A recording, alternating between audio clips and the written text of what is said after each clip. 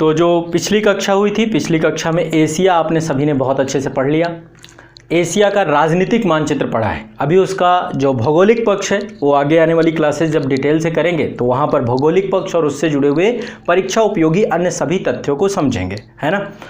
आज जो है थोड़ा सा यूरोप में आते हैं, यूरोप कंट्री को अच्छे से समझने का प्रयास करते हैं।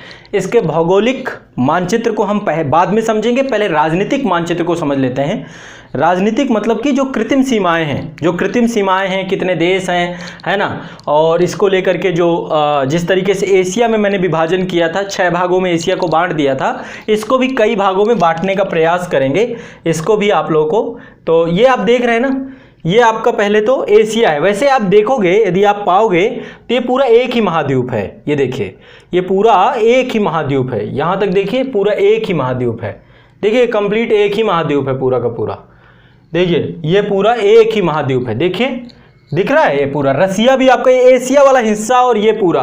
तो पहले इसको एक ही महाद्वीप माना भी जाता था। ये पूरा एक ही महाद्वीप नहीं था, ये एक ही महाद्वीप माना ही जाता था। ठीक है, ये पूरा एक ही महाद्वीप माना जाता था। इसको बोलते थे यूरेशिया। पहले इसको क्या बोलते थे? यूरेशिया, क्योंकि यूरोप और एशिया दोनों एक ही थे। ठीक है, तो पहले इसको यूरोप और एशिया अलग अलग महाद्वीप माना जाता था, लेकिन फिर बाद में इधर यूरोप है आपका, ये आपका यूरोप है, ये आपका यूरोप है ना, और इधर एशिया है, दोनों एक साथ जुड़े हुए हैं। लेकिन फिर कालांतर में इसको अलग कर दिया गया और यूरोप अलग महाद्वीप हो गया, अलग कॉन्टिनेंट हो गया, और आपका ये जो है एशिया अलग कॉन्टिनेंट है। ठीक है, तो एशिया कॉन्टिनेंट बताया है। अब यहाँ पे कुछ भौगोलिक संरचनाएं हैं जो यूरोप को एशिया से अलग करती हैं। ठीक है, यूरोप को एशिया से अलग करने वाली भौगोलिक संरचनाएं कौन सी हैं, एक बार इसको भी यहाँ पे देख लेते हैं। जूम आउट करके सारा कुछ आपको दिखाऊंगा। ठीक है, आप अपना मानचित्र भी खोल सकते हैं। देखिए मैं रसिया वाले क्षेत्र पे हूँ, रूस वाले क्षेत्र पे भ्रमण कर रहा हूँ। ठीक है, आप लोग अपना मानचित्र ले लीजिए, सभी बच्चे, सभी लोग मानचित्र ले लीजिए। स्टडी टुडे पब्लिकेशन या ओरिएंटेड ब्लैक स्वान, दोनों में से कोई भी एक मानचित्र उठाइए और इसमें यूरोप वाले मानचित्र पे पहुंच जाइए। सभी लोग यूरोप वाले मानचित्र पे पहुंच जाइए सभी लोग। ये आपका है, ठीक है, यूरोप वाला मानचित्र।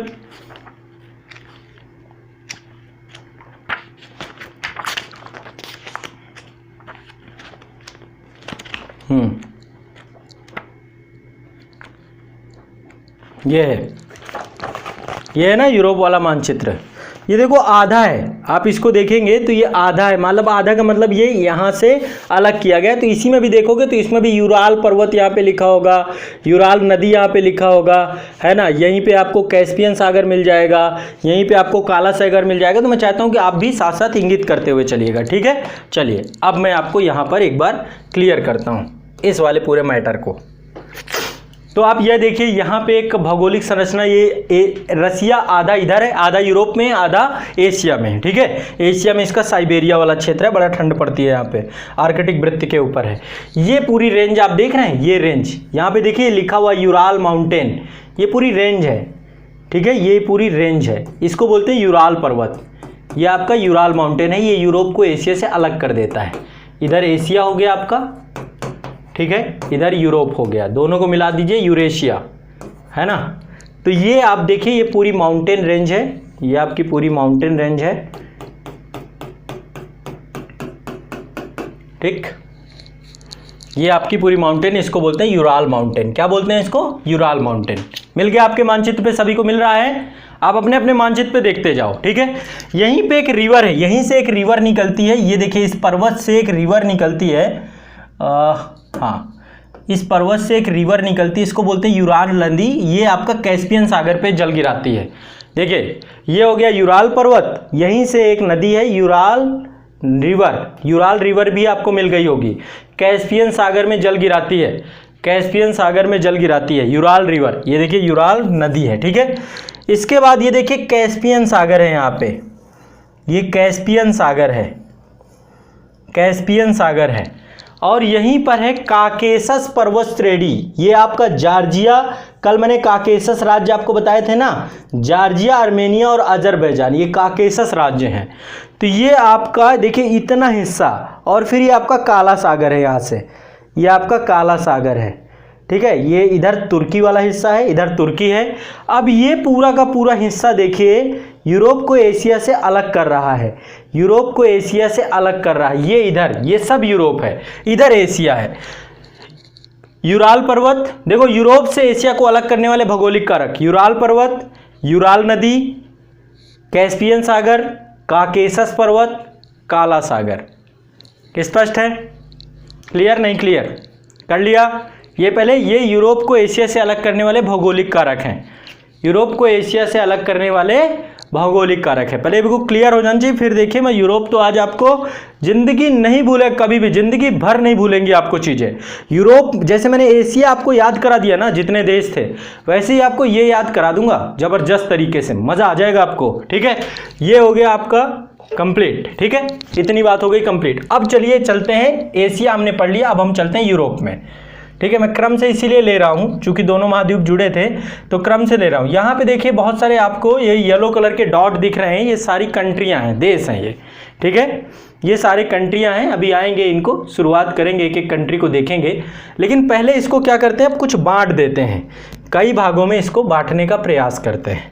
जैसे आपने देखा था कि मैंने जैसे एशिया को बांट दिया था, वैसे ही मैं इसको भी बांट देता हूँ। ठीक है, अब इसको कुछ हम बांट देते हैं। ठीक, थोड़ा छोटा कर लेता हूँ ताकि सारा कुछ आ जाए। नीचे ग्रीस भी दिख रहा है, सारा कुछ दिख रहा है। अब अपना मानचित्र रखिएगा, इसको बांटना शुरू करते हैं हम लोग, एक एक करके इसको बांटेंगे। ठीक है, देखो एशिया से जो पृथक हो रहा है वो ये वाला पूरा हिस्सा है, यूराल पर्वत, यूराल माउंटेन। ठीक है, इधर एशिया है इस तरफ। अर्थ में आपको बिल्कुल अच्छे से चीज़ें मज़ा भी आएंगी। ये यूराल नदी आपकी यहाँ से आके कैस्पियन सागर में जल गिराती है, और ये आपका कैस्पियन सागर है, ये आपका कैस्पियन सागर है। ठीक है, यहाँ पर काकेशस पर्वत श्रेणी है, ये आपका काकेशस पर्वत है। ठीक है, यहाँ पे देखिए ये आपका काकेशस पर्वत है, और ये आपका काला सागर है। ठीक है, तो ये उधर एशिया पूरा, ये भी एशिया, ये इराक, तुर्की, सीरिया, आर्मेनिया, ये सब आपका, और इधर आप सब पूरा यूरोप। ये यूरोप, ये जो मानचित्र आप देख रहे हैं शुद्ध मानचित्र, ये आप यूरोप देख रहे हैं। ठीक है, सबसे शुद्ध मानचित्र जो आपके सामने है यूरोप देख रहे हैं। अब इसको कुछ बांटते हैं। बांटते कैसे हैं, इसको मैं कुछ अलग तरीके से बांटूंगा। सबसे पहले बांटते इसमें बाल्कन राज्य। सबसे पहले हम जो राज्यों को देखेंगे वो हैं बाल्कन राज्य, बाल्कन रीजन पे सबसे पहले चलेंगे। ठीक है, सबसे पहले है आपका बाल्कन रीजन। रुक जाइए, इसको कलर बदल देते हैं इसका। ठीक है, काला सी है तो काला ही कर देते हैं इसको पर्पल कलर से। ठीक है, अब सबसे पहले मैं चलता हूँ बाल्कन राज्य में। ठीक है, बाल्कन राज्य, बाल्कन राज्य देखिए, बाल्कन ये जो प्रथम विश्व युद्ध हुआ था ना, इसमें बहुत बड़ा कारक ये भी थे। और इसमें कौन कौन से देश आते हैं बाल्कन राज्य में? सबसे पहला है आपका बुल्गारिया। ठीक है, आप भी अपने मानचित्र में देखते जाइएगा चीज़ों को। ठीक है, यहाँ पर देखिए ये काला सागर से सीमा साझा करता है, ये है बुल्गारिया। ठीक है, बाल्कन राज्य सबसे पहले कौन सा हम देख रहे हैं, बाल्कन राज्य। तो काला सागर से सीमा साझा करता हुआ आपको बुल्गारिया मिल जाएगा। तुर्की के ऊपर देखिए थोड़ा सा, तुर्की के ऊपर, तुर्की जो आपने कल देखा था ना एशिया के मानचित्र में, उसके जस्ट ऊपर देखिए आपको बुल्गारिया मिलेगा। ठीक है, बुल्गारिया, तो सबसे पहले बुल्गारिया। बुल्गारिया के बाद चलते हैं सर्बिया। बुल्गारिया से ही सीमा साझा करता है सर्बिया। ये तो हो गया बुल्गारिया। बुल्गारिया के बाद हो गया सर्बिया, ये है आपका सर्बिया। ठीक है, प्रथम विश्व युद्ध का सबसे बड़ा कारण यही था, ऑस्ट्रिया और सर्बिया के बीच में ही प्रारंभ हुआ था युद्ध। फिर यहीं पे मेंटोनेग्रो, सर्बिया के ऊपर जस्ट देखिए यहीं पे है मेंटोनेग्रो। ठीक है, बुल्गारिया, सर्बिया, मेंटोनेग्रो, इनको बाल्कन राज्य। सबसे पहले हम देख रहे हैं बाल्कन, पहले बाल्कन अलग कर देते हैं। ये सब पूछता है, आप लोग को पता नहीं होता और विश्व इतिहास में बहुत कंफ्यूज्ड होते हो, तो आपको ये प्रॉब्लम खत्म हो जाएगी। ठीक है, इसके बाद है आपका रोमानिया। ठीक है, यहीं पे है रोमानिया, ये ऊपर देखिए ये वाला हिस्सा, ये है रोमानिया। मेंटोनेग्रो के ऊपर है आपका रोमानिया, माल्डोवा से सीमा साझा करता है, माल्डोवा से, यूक्रेन, माल्डोवा, फिर रोमानिया। ठीक है, तो आपका बुल्गारिया, रोमानिया, मेंटोनेग्रो, ये आपका सर्बिया। फिर यहीं पे है अल्बानिया, अगली कंट्री अल्बानिया। अल्बानिया देखिए ग्रीस से सीमा साझा करती है अल्बानिया, अल्बानिया। और अल्बानिया के बाद है ग्रीस, यूनान, एथेंस, यूनान, ये आपके जितने भी देश हैं इनको बोलते हैं बाल्कन देश। बाल्कन देश, बाल्कन देश में कौन कौन से आते हैं? बाल्कन देश में कौन कौन से आते हैं? मैं एक काम करता हूँ, इसको जूम आउट कर लेता हूँ, थोड़ा सा जूम आउट कर लेता हूँ इस बाल्कन रीजन को, ताकि आपकी प्रॉब्लम हमेशा के लिए समाप्त हो जाए। ठीक है, जूम आउट कर लेता हूँ। ठीक है, ये काला सागर के पास वाला हिस्सा है पूरा। ठीक है, काला सागर और भूमध्य सागर, ये ब्लैक सी है और नीचे भूमध्य सी है। ठीक है, चलिए अब देखिए कौन कौन से बाल्कन राज्य में आते हैं आपके। बाल्कन राज्य में आपका ये बुल्गारिया है, ये आपका बुल्गारिया है। ठीक है, ग्रीस है यहाँ पे, ये पूरा ग्रीस आ जाएगा इसमें। ठीक है, अल्बानिया है, ये आपका अल्बानिया वाला क्षेत्र आ जाएगा, ये पूरा का पूरा अल्बानिया। इसके बाद ये पूरा अल्बानिया वाला क्षेत्र आ गया। मोंटेनेग्रो है, सर्बिया है, ऊपर रोमानिया का क्षेत्र है, रोमानिया है। ठीक है, तो लिख लीजिए कौन कौन सा हो गया। बुल्गारिया, सबसे पहले बुल्गारिया, बुल्गारिया के बाद ये आपका रोमानिया। ठीक है, Bulgaria Romania, Bulgaria Romania, Bulgaria के ऊपर ही सीमा साझा करता है रोमानिया। यूरोप में चल रहे हैं, बाल्कन क्षेत्र देख रहे हैं। यूरोप में एक क्षेत्र हमने बांट दिया बाल्कन क्षेत्र। ठीक है, इसको हम उत्तर पश्चिम पूरब ऐसे नहीं बांटेंगे, ऐसे नहीं बांटेंगे, इसको कुछ अलग तरीके से बांट रहे हैं।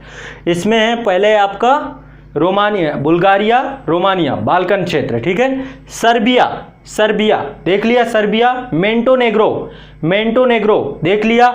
Albania, Greece.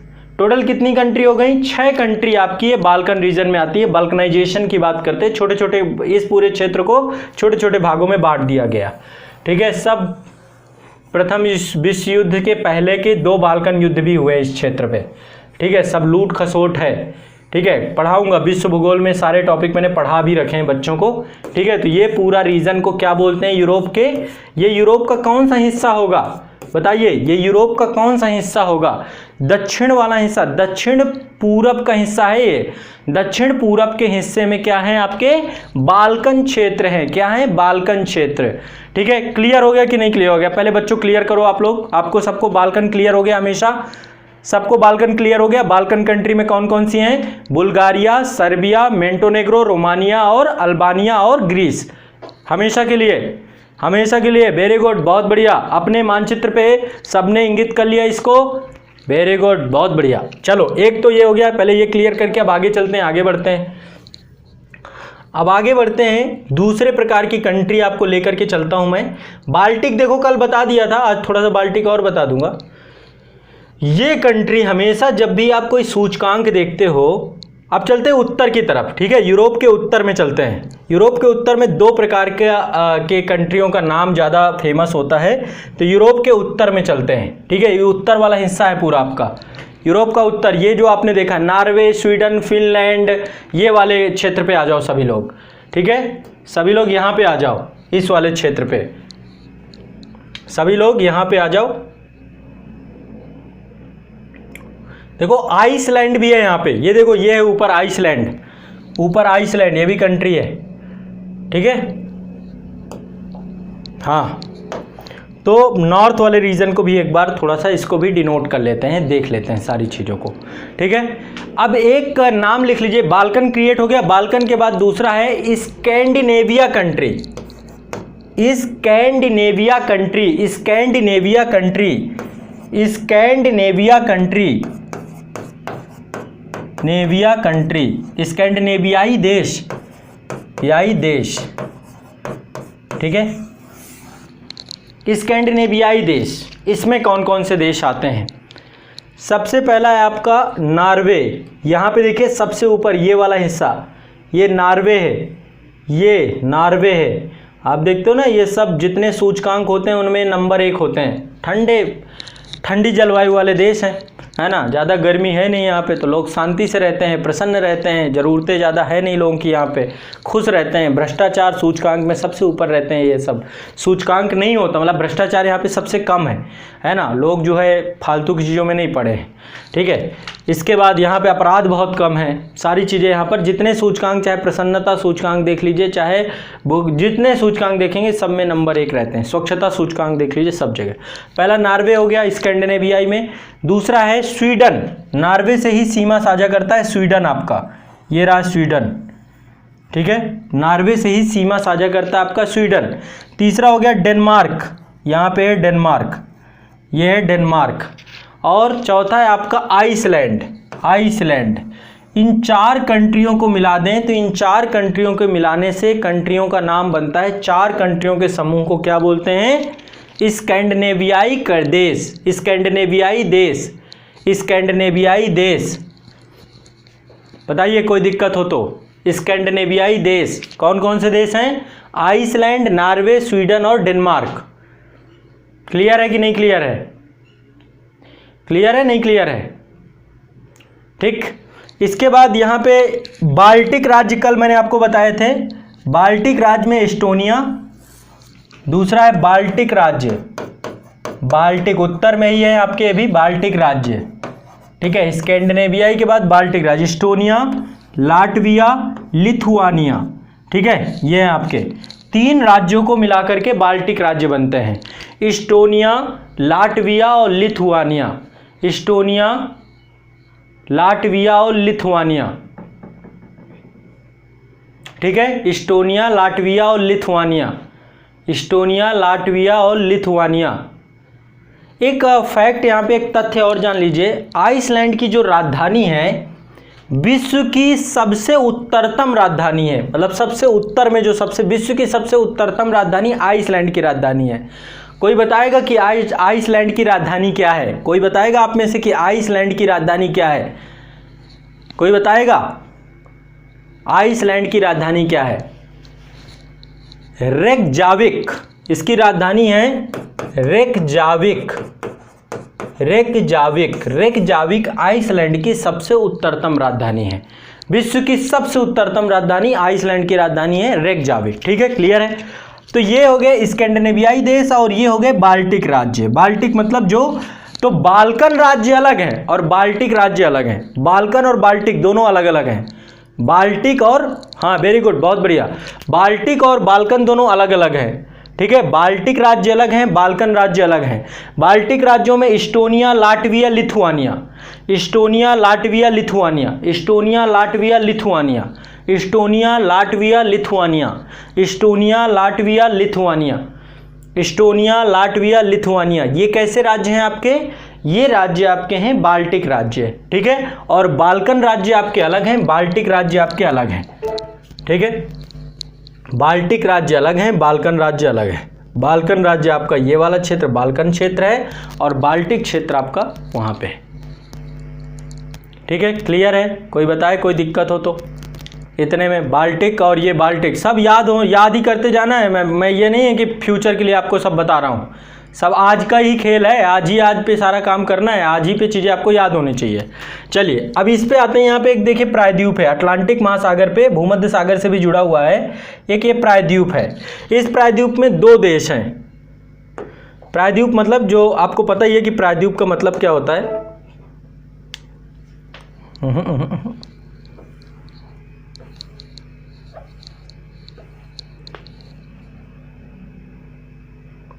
यूके चले गए हम,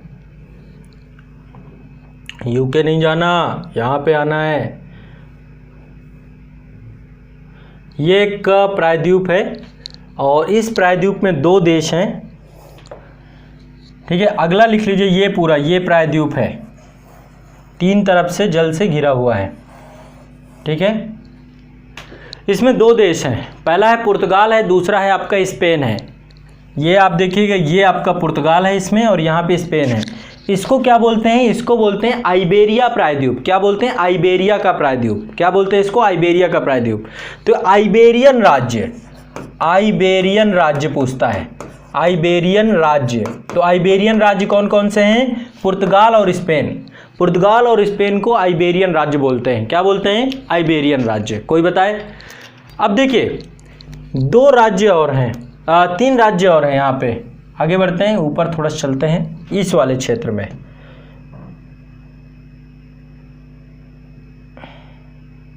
ये वाला क्षेत्र। आपको शायद पता हो ये क्षेत्र जो है ना, ये 3 देश हैं यहाँ पे, 3 कंट्री हैं। पहला है आपका नीदरलैंड, नीदरलैंड पे आ जाओ, अटलांटिक महासागर से सीमा साझा कर रहा है। नीदरलैंड के बाद दूसरा है बेल्जियम और अगला है लग्जमबर्ग, ये है, ठीक है, बेल्जियम, ये लग्जमबर्ग है, ठीक है। ऊपर नीदरलैंड है, नीचे बेल्जियम है और यहाँ पे लग्जमबर्ग है। 3 देश हैं ये, ठीक है, 3 देश हैं। इनको बोलते हैं वेनेलक्स कंट्री। क्या बोलते हैं? वेनेलक्स कंट्री, या फिर दूसरा नाम भी है इनका निम्न भूमि वाला देश, निम्न भूमि वाला देश, भूमि वाले देश।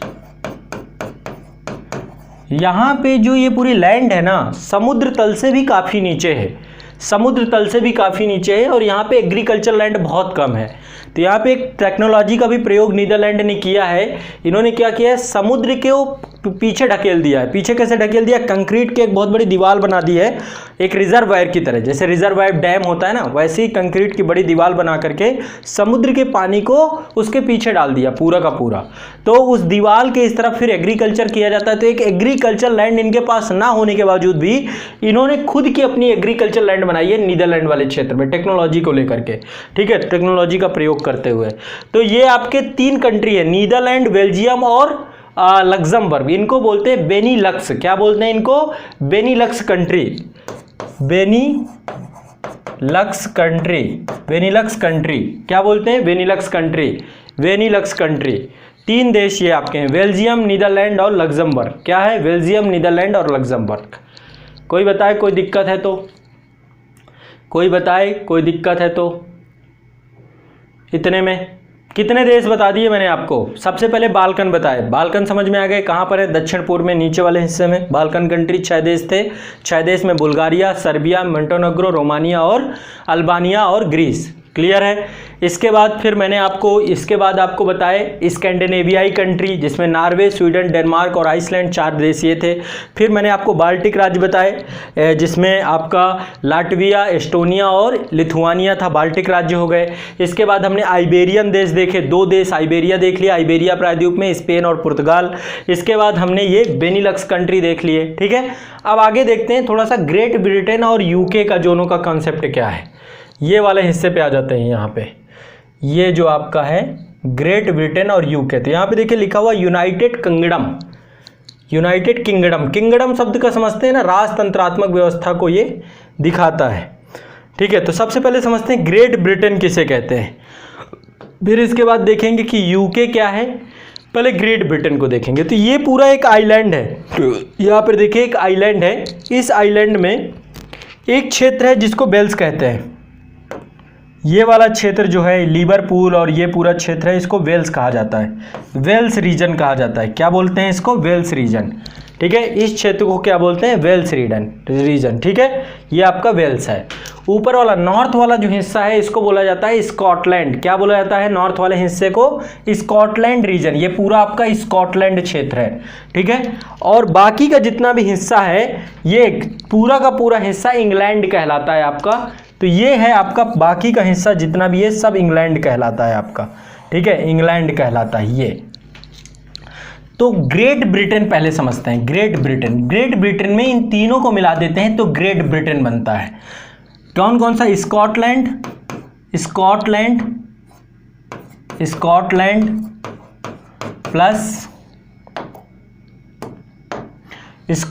प्लस वेल्स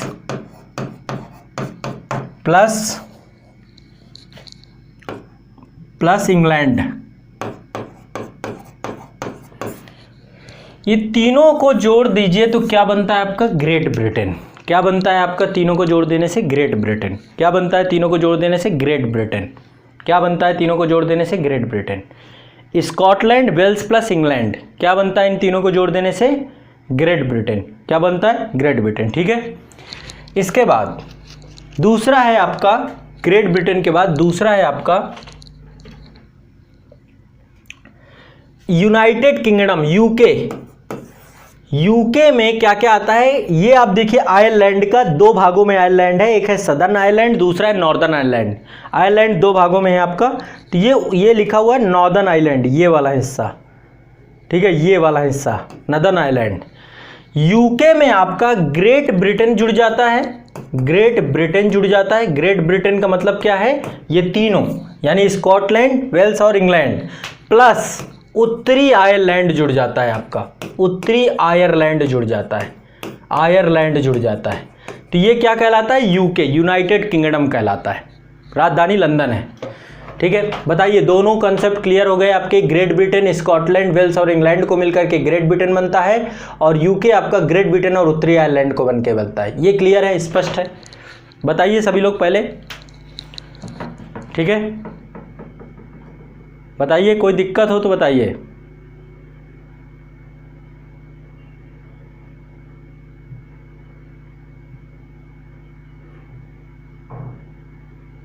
ठीक, तो ये हो गया आपका मोटा मोटी बंटवारा, मतलब यूरोप का एक मोटा मोटी मैंने बंटवारा कर दिया। स्कैंडिनेवियाई कंट्री आपको बता दिया, बेनेलक्स कंट्री बता दिया, ठीक है। ये सारा कुछ आपका मोटा मोटा हमारा बंटवारा हो गया, ठीक। अभी बहुत सारी कंट्रियां हैं इसमें, बहुत सारी कंट्रियां हैं। अभी तो इधर तो आए नहीं हम लोग, जर्मनी की तरफ नहीं आए, है ना, फ्रांस की तरफ नहीं आए, स्विट्ज़रलैंड की तरफ नहीं आए, ऑस्ट्रिया की तरफ नहीं आए, चेक रिपब्लिक की तरफ नहीं आए, स्लोवेनिया की तरफ नहीं आए, हंगरी की तरफ नहीं आए। अभी बहुत कंट्री हैं, वेटिकन सिटी हो गई, इटली हो गई, इनको सबको अब एक एक करके सारी कंट्रियों को हम लोग देखेंगे। आप अपने मानचित्र पे जरूर इनको सबको बनाते जाना। एटलस की क्लास है तो देखो एटलस की तरह ही चीज़ों को लेकर के मैं चल रहा हूँ। तो अब एक एक कंट्री को हम लोग देखना शुरू करेंगे, सबको क्रम से। यूरोप के बारे में कुछ चीज़ें यदि आप लोगों को मैं बताना चाहूँ तो कुछ चीज़ें आप लोग लिखना चाहो तो लिख लीजिए, कुछ चीज़ें यूरोप के बारे में बता भी देता हूँ मैं आप लोगों को, ठीक है। तो सबसे पहली चीज़, क्षेत्रफल की दृष्टि से विश्व में ये 6वां स्थान रखता है। कैसा स्थान रखता है ये? क्षेत्रफल की दृष्टि से 6वां स्थान।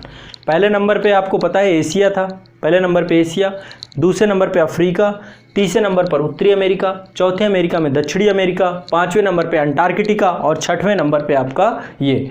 इसके बाद ऑस्ट्रेलिया का स्थान आता है, ठीक है। तो ये आपका ऑस्ट्रेलिया के बाद देखा जाए तो दूसरा छोटा महाद्वीप है, सबसे छोटा ऑस्ट्रेलिया और फिर आपका यूरोप, और यहाँ पे देश बहुत सारे हैं, ठीक है। उत्तरी गोलार्ध का सबसे छोटा प्रायद्वीप, ये प्रायद्वीपों का प्रायद्वीप भी कहा जाता है। इसमें देखो प्रायद्वीप बहुत सारे हैं। प्रायद्वीप मतलब जो तीन तरफ से जल से घिरे हों, तीन तरफ से जो जल से घिरा हो उसे प्रायद्वीप कहते हैं। इसलिए इसको यूरोप को प्रायद्वीपों का प्रायद्वीप भी कहा जाता है, ठीक है। इसको प्रायद्वीपों का प्रायद्वीप भी कहा जाता है। देखो एक आइबेरियन प्रायद्वीप है, यहाँ पे इटली ये भी प्रायद्वीप है, यहाँ पे ग्रीस भी प्रायद्वीप है। तो यहाँ पे प्रायद्वीप, यहाँ पे ये जो क्रीमिया वाला हिस्सा है ये भी प्रायद्वीप है। तो यहाँ पे प्रायद्वीप बहुत ज़्यादा है, ठीक है। सब प्रायद्वीप ही प्रायद्वीप है। ये पूरा हिस्सा जो बाल्टिक सी और नॉर्वेजियन सी और उत्तरी सागर वाला क्षेत्र है ये भी आपका प्रायद्वीप है। तो प्रायद्वीपों का प्रायद्वीप कहा जाता है। इसको क्या बोला जाता है? प्रायद्वीपों का प्रायद्वीप या यूरेशिया प्रायद्वीप भी इसे कहा जाता है, ठीक है। क्योंकि अपने आप में यूरेशिया प्रायद्वीप इसको इसलिए कहते हैं क्योंकि देखिए पूरा यूरोप तीन तरफ से घिरा हुआ है, पूरा यूरोप तीन तरफ से जल से घिरा हुआ है। नीचे से भूमध्य सागर घेरे हुए है, इधर अटलांटिक महासागर घिरे हुए है, उत्तर में आर्कटिक महासागर घेरे हुए है इसको। तो ये क्या है? आपका प्रायद्वीपों का प्रायद्वीप है, यानी ये खुद प्रायद्वीपीय देश है। ये प्रायद्वीपीय महाद्वीप है। कैसा है? प्रायद्वीपीय महाद्वीप, जिसको तीन तरफ से जल ने घेर रखा हो, इसलिए इसको प्रायद्वीपीय महाद्वीप भी कहा जाता है। क्या बोला जाता है? प्रायद्वीपीय महाद्वीप, जिसको जिस महाद्वीप को तीन तरफ से जल ने घेर रखा हो, प्रायद्वीपीय महाद्वीप भी कहा जाता है। ऐसे सारे महाद्वीप देखोगे तो फिर आपका जो दक्षिणी अमेरिका महाद्वीप है वो भी तीन तरफ से जल से घिरा हुआ है, चारों तरफ से द्वीप की तरह चारों तरफ पनामा जो नहर है ना। तो ये आपको क्लियर हो जाना चाहिए। क्लियर है कि नहीं क्लियर है? अब इसका अक्षांशीय विस्तार आपको देखना हो, देशांतरी विस्तार देखना हो, तो ये भी मैं आपको बता देता हूँ कि अक्षांशीय विस्तार कितना है इसका, ठीक है। अक्षांशीय विस्तार वगैरह की जरूरत नहीं है, वैसे कहीं पूछा ही नहीं जाएगा आपको, महाद्वीप का तो नहीं पूछा जाएगा कभी भी आपसे, ठीक है। लेकिन मैं बता देता हूँ रफली, ये आपका जो यूरोप प्रारंभ होता है, ये यूरोप जो आपका प्रारंभ होता है आपका 34 डिग्री 51 मिनट उत्तरी अक्षांश से लेकर के ये 81 डिग्री 37 मिनट उत्तरी अक्षांश तक होता है, ठीक है। लगभग आपका जो ये पूरा यूरोप है ये आपका 34 डिग्री 34 डिग्री 51 मिनट उत्तरी अक्षांश से लेकर के 81 डिग्री 47 मिनट उत्तरी अक्षांश तक है पूरा यूरोप आपका, ठीक है। तो और यहाँ से ही 0 डिग्री इंग्लैंड से ग्रीनविच से 0 डिग्री ग्रीन मेरिडियम जाती है या प्रधान मध्याह्न रेखा जाती है, ठीक है। यूरोप से ही आपकी प्रधान मध्याह्न रेखा जाती है, ठीक है। तो जो आपकी 0 डिग्री देशांतर है वो यूरोप से होकर ही जाती है, ठीक है। ब्रिटेन से होकर के जाती है, ग्रेट ब्रिटेन के लंदन से होकर जाती है, ग्रीनविच माध्य के नाम से जानते हैं, ठीक है। तो ये आपको ध्यान रखना होगा, ठीक है। चलिए अब इसके जो देश हैं पहले सारे के सारे एक बार देशों को हम लोग क्रम से देखेंगे और इसके बाद फिर इसको प्रारंभ करते हैं, ठीक है। चलिए स्टार्ट करते हैं।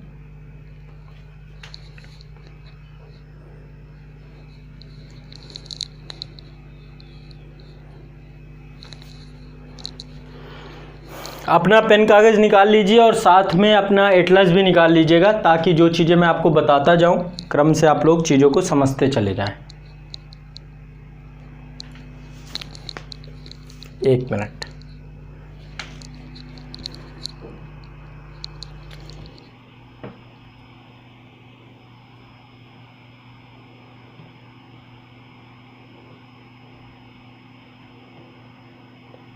चलिए प्रारंभ करते हैं, स्टार्ट करते हैं। एक एक देश की तरफ चलेंगे, एक एक देश की तरफ बढ़ेंगे। सबसे पहले चलते हैं बाल्कन कंट्री है अल्बानिया। सबसे पहला देश है अल्बानिया, ये आप देख सकते हैं। सबसे पहला देश है अल्बानिया, ठीक है। भूमध्य सागर से सीमा साझा करता है ये, ठीक है। अल्बानिया, इसकी राजधानी है तिराना। अल्बानिया की राजधानी है तिराना, ठीक है। अल्बानिया की राजधानी है तिराना।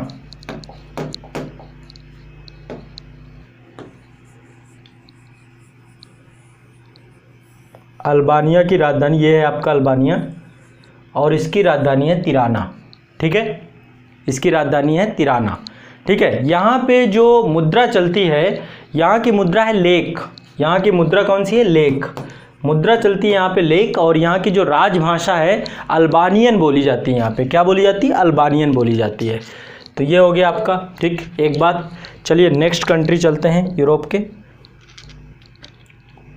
अगली कंट्री है अंडोरा। बहुत छोटा सा देश है आपका, बहुत छोटा सा देश है। आइबेरिया प्रायद्वीप के पास पहुंचिए सभी लोग आइबेरियन प्रायद्वीप के पास पहुंचिए, ठीक है। आइबेरिया का प्रायद्वीप है ना आपका ये, ठीक है।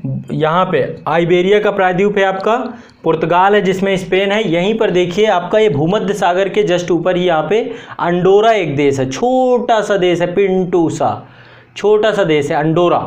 सबको मिल गया अंडोरा, सबको मिल गया अंडोरा। ये यूरोप की एक कंट्री है, पर्वतीय है, पूरा पर्वत में ही बसा हुआ है। यहाँ पे पिनरीज पर्वत श्रेणी भी है और यहीं पे आपका आल्पस और कई पर्वत श्रेणियों का मिलन बिंदु है। तो अंडोरा की राजधानी है अंडोरा ला बेल्ला। यहाँ पे देखिए लिखा हुआ है अंडोरा ला बेल्ला। इसकी राजधानी क्या है? अंडोरा ला बेल्ला। इसकी राजधानी है अंडोरा ला बेल्ला। इसकी राजधानी क्या है? अंडोरा ला बेल्ला, ठीक है। मुद्रा यहाँ पे यूरो चलती है।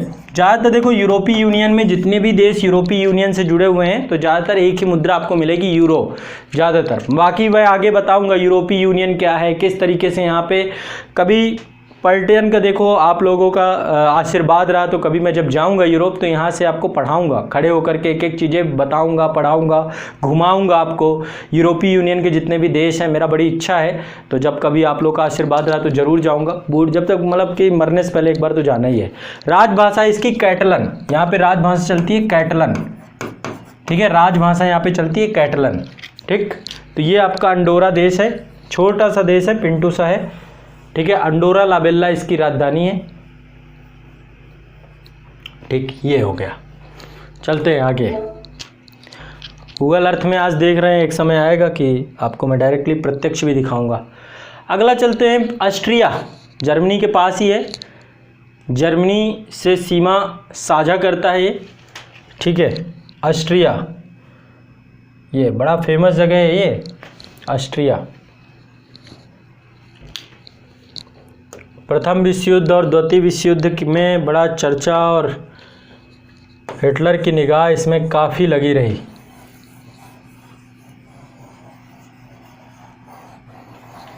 प्रथम विश्व युद्ध में यही कारक भी था, ऑस्ट्रिया का ही राजकुमार था जिसको ख़त्म कर दिया गया था। इसकी राजधानी है वियना। आप लोगों ने वियना का नाम बड़ा सुना होगा, वियना कन्वेंशन लगातार कई बार आप लोगों ने सुने होंगे। तो वियना इसकी राजधानी है, वियना ऑस्ट्रिया की राजधानी है वियना। यहाँ पर भी जो मुद्रा चलती है यूरो चलती है, यूरोपीय यूनियन का, और यहाँ पे जो राजभाषा है वो जर्मन चलती है, राजभाषा है जर्मन, ठीक है, राजभाषा है जर्मन। क्लियर है। स्विट्जरलैंड है इसके बगल में ही स्विट्जरलैंड है, फिर इधर हंगरी पड़ता है, इधर ही हंगरी पड़ता है, इसी से हंगरी की भी बॉर्डर साझा होती है, ठीक है। और नीचे बोस्निया हर्जेगोविना है, स्लोवेनिया है, इसी के जस्ट नीचे स्लोवेनिया है, ठीक है। तो ये हो गया आपका ऑस्ट्रिया राजधानी वियना। चलते हैं आगे, चलते हैं। अपने मानचित्र पे जरूर देखते जाइएगा सभी लोग, बेलारूस, सभी लोग अपने मानचित्र पे जरूर देखते जाएंगे, सभी लोग अपने मानचित्र पे जरूर देखते जाएंगे। देखिए ये है बेलारूस, कल मैंने आपको बताया था ना यूरोपीय यूनियन का सदस्य था ये, वो माफ़ करिएगा सोवियत संघ का सदस्य था, रूस, बेलारूस है ना, यूक्रेन, मोल्डोवा, तो पहले ये यूरोपीय यूनियन का सदस्य था। ये जितने भी बाल्टिक राज्य हैं लिथुआनिया से सीमा साझा करता है। इधर रसिया है, जस्ट बगल में बेलारूस है, ठीक है। तो बेलारूस, बेलारूस की राजधानी बताइए, ये आपका है बेलारूस, ठीक है। नीचे यूक्रेन है इसके, और इधर लिथुआनिया है। मिल गया आप लोगों को, मिल गया। इसकी राजधानी है मिन्स्क, मिन्स्क, ये इसकी राजधानी है मिन्स्क, इसकी राजधानी है मिन्स्क। इसकी राजधानी क्या है बेलारूस की? मिन्स्क इसकी राजधानी है। मुद्रा यहाँ पे चलती है बेलारूसियन, मुद्रा यहाँ पे क्या चलती है? बेलारूशियन। यहाँ पे मुद्रा क्या चलती है? बेलारूशियन। यहाँ पे जो मुद्रा चलती है बेलारूशियन चलती है मुद्रा, बेलारूशियन और रूसी, रूसी भी बोली जाती है, रशियन भी बोली जाती है यहाँ पे, ठीक है। तो बेलारूस की राजधानी है मिन्स्क। क्लियर है, स्पष्ट है, मिल गया आप सभी को ये, ठीक है। सभी को बेलारूस मिल गया, सभी को बेलारूस मिल गया। यूरोप का कंट्री है और सोवियत संघ का पहले सदस्य था, फिर बाद में अभी संप्रभु राष्ट्र है, संप्रभु राष्ट्र है।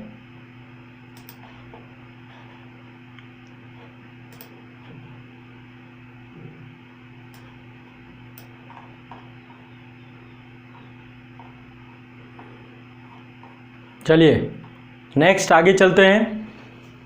सब लोग थोड़ा सा एक बार मुझे बता दिया करो, आप लोगों का मैं इंतज़ार करता रहता हूँ, एक बार सब लोग बता दिया करो। अगला है बेल्जियम। अभी बेल्जियम मैंने आपको बताया था बेनेलक्स कंट्री में आता है बेल्जियम आपका, ठीक है। लग्जमबर्ग से सीमा साझा करता है, ऊपर नीदरलैंड है इसके, बहुत शानदार देश है ये भी। तो बेल्जियम की राजधानी आप सबको पता होना चाहिए। बेल्जियम की राजधानी आपको क्या है बताइए? ये राजधानी ब्रुसेल्स, बेल्जियम की राजधानी है ब्रुसेल्स, बेल्जियम की राजधानी है ब्रुसेल्स, बेल्जियम की राजधानी है ब्रुसेल्स। ये है आपका बेल्जियम, ठीक है। राजधानी क्या है इसकी? ब्रुसेल्स। क्लियर है। मुद्रा यूरो चलती है, ज़्यादातर यूरो ही मिलेगा। भाषा यहाँ पे डच चलती है, फ्रेंच चलती है, जर्मन चलती है, तीन भाषाएं यहाँ पे, डच, फ्रेंच, जर्मन, ठीक है। डच, फ्रेंच, जर्मन, ये भाषाएं चलती हैं यहाँ पे। क्लियर है। आगे बढ़े, आगे बढ़े, आगे बढ़े।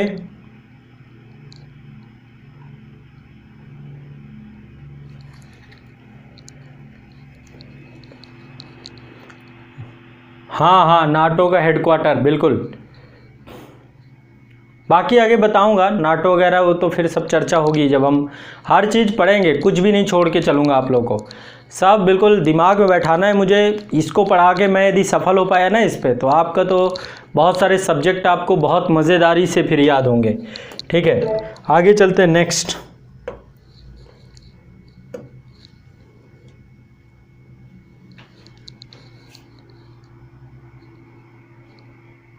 अगला है बोस्निया हर्जेगोविना। अगला चल रहे हैं बोस्निया हर्जेगोविना। ये देश भू आपका है, यहाँ पर देखिए,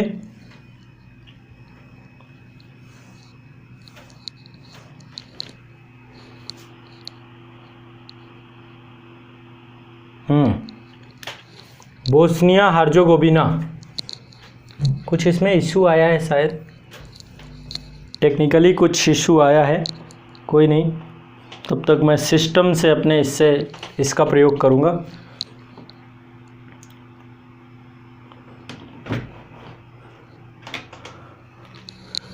ठीक है, तो ये आपका जो है अभी थोड़ा सा डिजिटल बोर्ड हैंग कर गया। चलिए फिर आज के लिए इतना ही रखेंगे। इसकी राजधानी बोस्निया हर्जेगोविना की जो राजधानी है वो है साराजेवो। राजधानी क्या है इसकी? साराजेवो। बोस्निया हर्जेगोविना की राजधानी क्या है? साराजेवो। इसकी राजधानी क्या है? साराजेवो। साराजेवो। मिल गया आप लोगों को कि नहीं मिल गया? बोस्निया हर्जेगोविना मिला आप लोगों को कि नहीं मिला? बोस्निया हर्जेगोविना यहाँ पे आइए, देखिए नहीं मिला हो तो इटली के पास आइए। इटली तो आपने देखा ना भूमध्य सागर में, देखिए इटली है, ये है इटली, है ना, भूमध्य सागर में ये आपको इटली है, वेटिकन सिटी दिख रहा है। ये एड्रियाटिक सी है, इसको बोलते हैं एड्रियाटिक सागर। एड्रियाटिक सागर से सीमा साझा करता है आपका ये बोस्निया हर्जेगोविना। ठीक है, आप एक बार ऑस्ट्रिया आपने देखा है, ऑस्ट्रिया के नीचे आपका स्लोवेनिया है, स्लोवेनिया के नीचे बोस्निया हर्जेगोविना है। मिल गया सबको? मिल गया कि नहीं मिला? अभी नहीं मिला? इटली के पास जाइए, इटली से एड्रियाटिक सागर के पास देखिए, इसे एड्रियाटिक सागर के पास देखिए, एड्रियाटिक सागर के पास देखिए सभी लोग। कैसे नहीं मिलेगा आप लोगों को? मिल गया? चलिए, यूरेका यूरेका मिल गया, मिल गया। ठीक है, Herzegovina, Bosnia Herzegovina. Bosnia Herzegovina की राजधानी है साराजेवो। इसकी राजधानी ये रही साराजेवो। इसकी राजधानी है साराजेवो। देखो ये रिस्पॉन्स नहीं कर रही है, स्क्रीन गर्म हो गई मुझे लगता है, गर्मी बहुत ज़्यादा है, यहाँ पे एसी लगा नहीं है इस पर। ठीक है, बोस्निया हर्जेगोविना की राजधानी है साराजेवो। क्या है इसकी राजधानी? साराजेवो। इसकी राजधानी है साराजेवो। ठीक है, इसकी राजधानी है साराजेवो। और यहाँ पे जो राजभाषा है वो भी बोस्नियन राजभाषा यहाँ पे बोली जाती है। सर्बियन भी बोली जाती है, बोस्नियन भी बोली जाती है और क्रोएशियन भी बोली जाती है। कई राजभाषाएं बोली जाती हैं। मुद्रा यहाँ पे मार्क चलती है, यहाँ की मुद्रा है मार्क। कौन सी बोलती है? मार्क। हाँ, साराजेवो।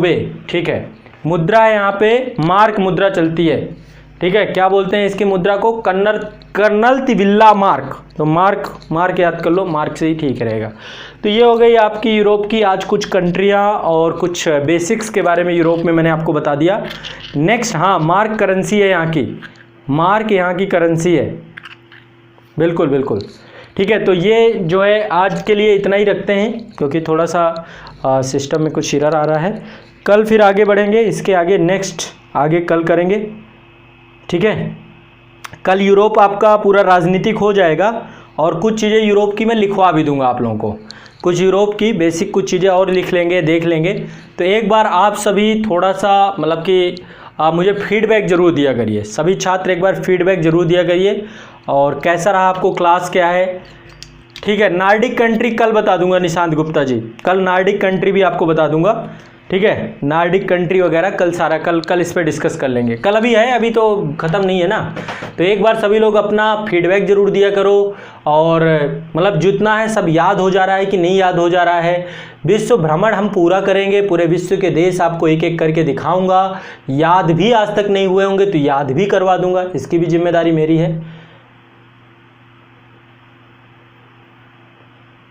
अभिषेक पांडे कह रहे हैं सर ऐसा लग रहा है कि, एक मिनट मैं आप लोग के कमेंट देख लेता हूँ।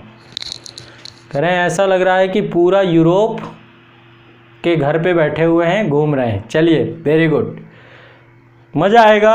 जब पूरा भी बहुत पढ़ना है, अभी तो शुरुआत है, अभी स्टार्टिंग है। 2-3 महीने तक क्लास बिल्कुल ज़बरदस्त लेके जाऊँगा, मज़ा आ जाएगा आपको। ठीक है, चलिए, शुक्रिया।